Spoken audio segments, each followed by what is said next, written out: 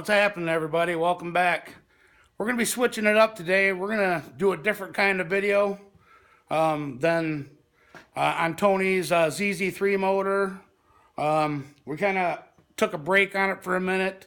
We went out of town for a weekend, and I was kind of burned out, so I just took a break.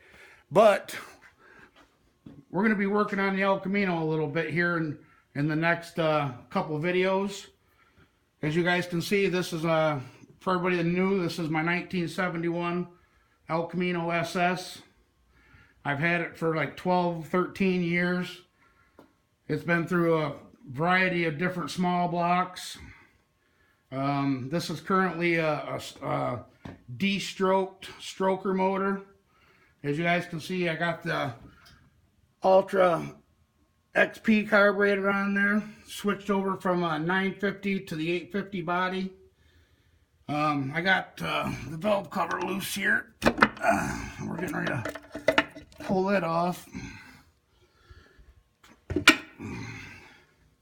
what my game plan is, guys, I got to go through and check all my lash, make sure my lash is still good. Kind of give everything a once over. I do it every year. I didn't do it last year, obviously, because you guys know that the car was gone for most of the summer, getting redone. But it's got, let me see if I can get in there and get a good picture of it. All the heads are studded. It's got ARP head studs. The bottom end's all studded. It's got Harlan Sharp roller rockers with AFR stud girdles, which I'll walk you guys through and show you the proper way of setting lash on a solid roller with a stud girdle setup. But right now I'm trying to figure out, guys, where I can mount. I'm going to put, I'm kind of jumping the gun here. I bought some stuff for the Blazer, as you guys know. You know, the ignition system and nitrous system that came with that big block. Well, when we were up at Puppetron's and Josh's last weekend, like I said, we gave him that single plane intake for Jack Black for his big block, and he ended up hooking us up with the nitrous bottle. So we're going to be installing our nitrous express plate system on here, because of the simple fact is, guys, that I had a little, you know, I was depressed one day. You know, shit wasn't going right with my house. You know, the furnace is still acting up. There's shit I need to get done. You know, I got to get new gutters put up. And I was like, you know what? I'm just going to put the Blazer up on Facebook Marketplace, see what happens. Well, I had it on there for one day, and I had a lot of people interested in it. Of course, they're trying to, you know, knock me off at the knees with the price, you know, and I was like, you know, I'm not giving it away. I know what I got into it. I know what these are worth. But anyway, I had a guy reach out to me that actually built the chassis, and it's he's out of Swartz Creek, Michigan. It's JW Race Cars. And we were talking about the chassis, which, you know, it's kind of hard to get to right now with everything. But on one of my live feed, I told you, when they built this chassis, when JW Race Cars built this chassis for the owner, because this truck used to do monster wheelies, it wouldn't stay down. So they extended the wheelbase 3 inches, is what JW Race Cars told me.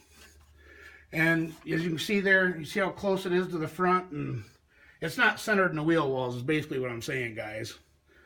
So I ended up talking to Jason's his name, and in 2 weeks, the truck's going back to JW Race Cars in Swartz Creek. We're going to cut the bars in the front, and we're going to slide make it a stock wheelbase again. So he told me that the old owner was going to buy an aftermarket fiberglass front clip to accommodate that extra 3-inch wheelbase.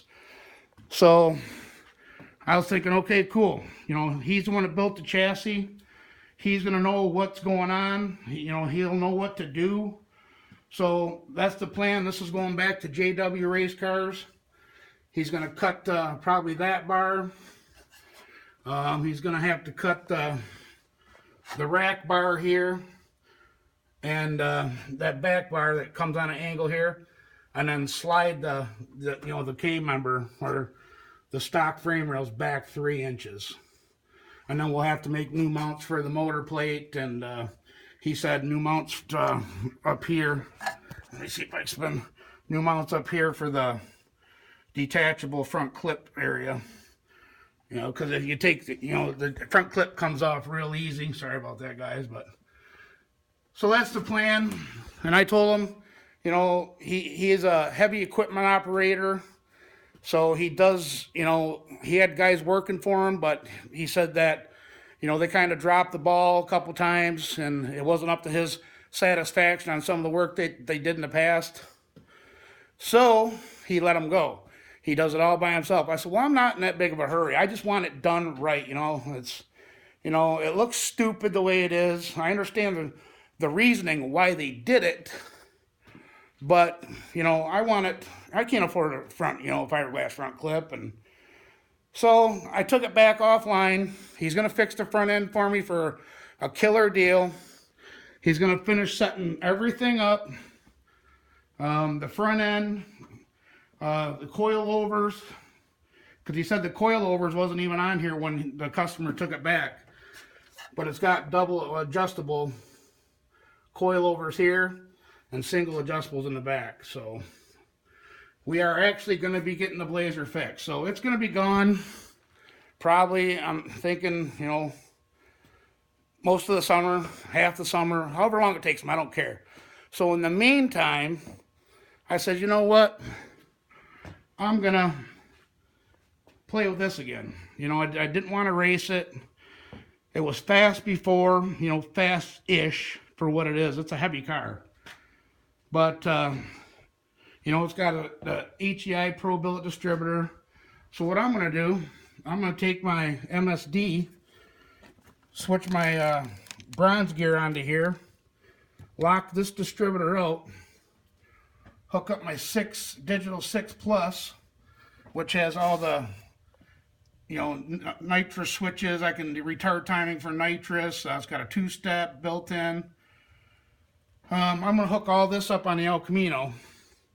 And, yeah, we're going to put nitrous on it and have fun for this summer. There ain't no sense of sitting the summer out. I really didn't want to race the car anymore. But, yeah, never hurt nobody to play with it a little bit. I'll just, we already detamed a couple things, which, I'm not going to get into. So, it was going to be slower than what it was in the past already. The rear gear is different. The converter's different. But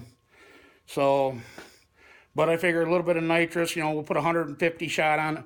But I'm trying to figure out where to mount the box. This is, when I bought the car as a roller a long time ago, he had a 6AL box mounted here. And then since then, I told him he wanted an extra $500 for the ignition. I said, you can keep that. So I'm thinking about moving my regulator forward and then mounting the box there. I really wish I could mount it inside. But I think that's going to be the easiest spot. We're going to get rid of that HEI, Pro Billet HEI. I'm going to stick in one of these power lugs up here on the firewall. That way I can use my, I got a, where is it here? Oh, right here. The comp cam remote starter switch for when I'm doing, because I usually got Jenny out here helping me roll the motor over, setting valve lash. But I figure if I put that power lug, this power lug here, onto the firewall, I can just click it myself and not have to have help. But,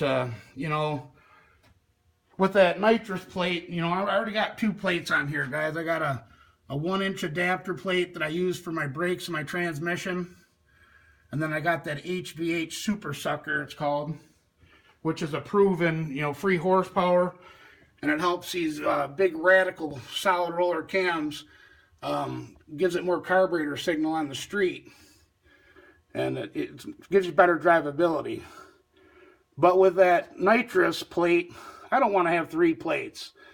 So I'm debating, do I take and drill this super sucker, which cost me $189, guys, for the vacuum nipples that I need, and then, or do I just stack it 3 high? I mean, I don't know. I'm kind of caught between a rock and a hard place. And like I said, I'm trying to figure out the best area to mount the MSD. I don't know this side or that side. The battery's right here. I do have these, they screw into the battery, and then you can hook all your accessories up. I'm going to be putting my aluminum CVR on there. I got a Billet Specialties distributor hold down. Line lock. So, yeah, I'm just trying to figure it out. But another thing is, on this Ultra XP, there's no holes in the main body of the carburetor for a full throttle switch for the nitrous. So, I'm trying to figure out what the hell. Well, actually, I could probably come over here and look to see how Kenny had it hooked up on the Dominator.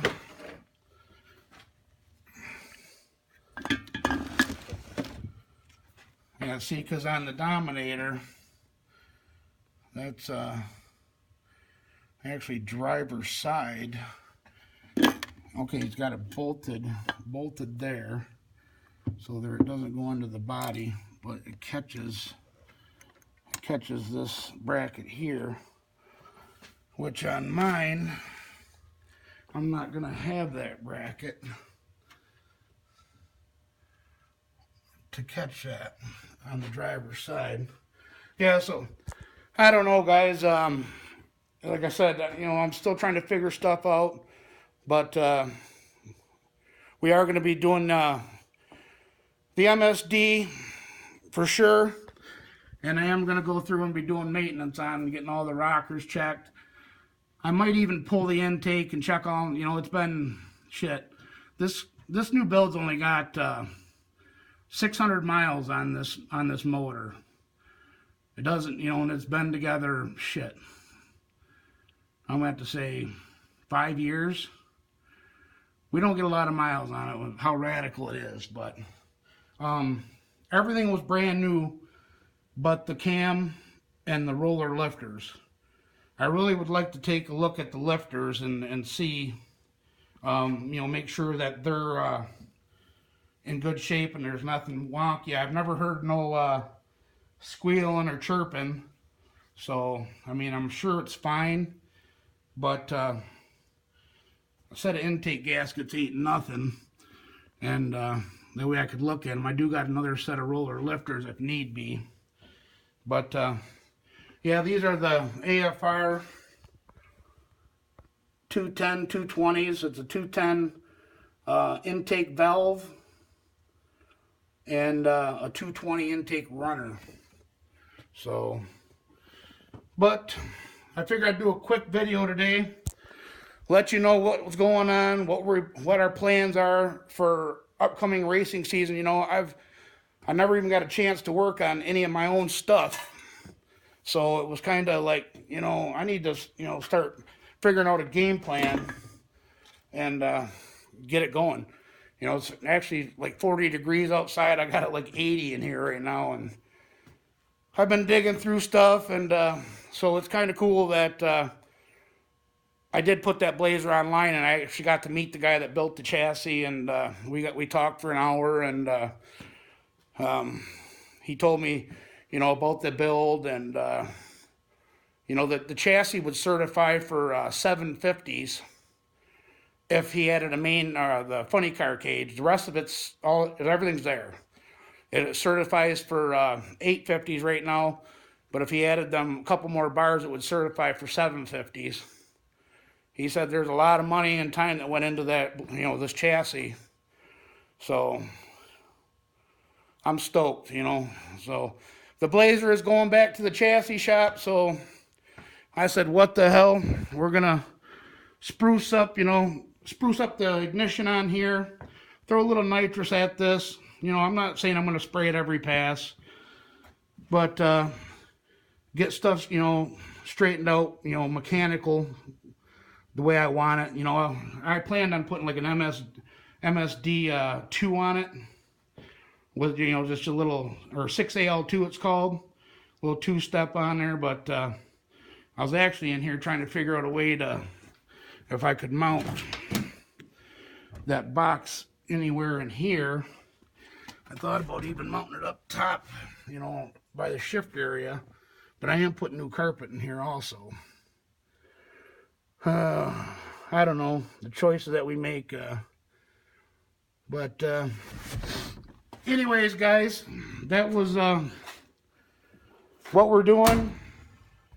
Our next video is going to be, we'll be walking through, I'll be walking you through this stuff, and we'll hook up that MSD, and we'll yank the distributor out, change the gear on, get the bronze gear put on this distributor, and then get these parts. And another thing I wanted to do, I have this remote coolant switch that turns on the fans, but more race car stuff, guys. There's no provisions but for my temperature gauge. Even on the, yeah, there's nothing on the side of these heads either to let me mount that. So I guess I'm just gonna have to still do it the old-fashioned way and turn it on when it gets up to temperature. But that's the plan anyways, guys. So stick around for the next video, guys, and we'll be getting into the El Camino, getting her all set up for the season's drag racing, and really appreciate everybody for watching. And until next time, don't forget to like, comment, share, subscribe, and we'll catch you on the next video. All right, bye-bye.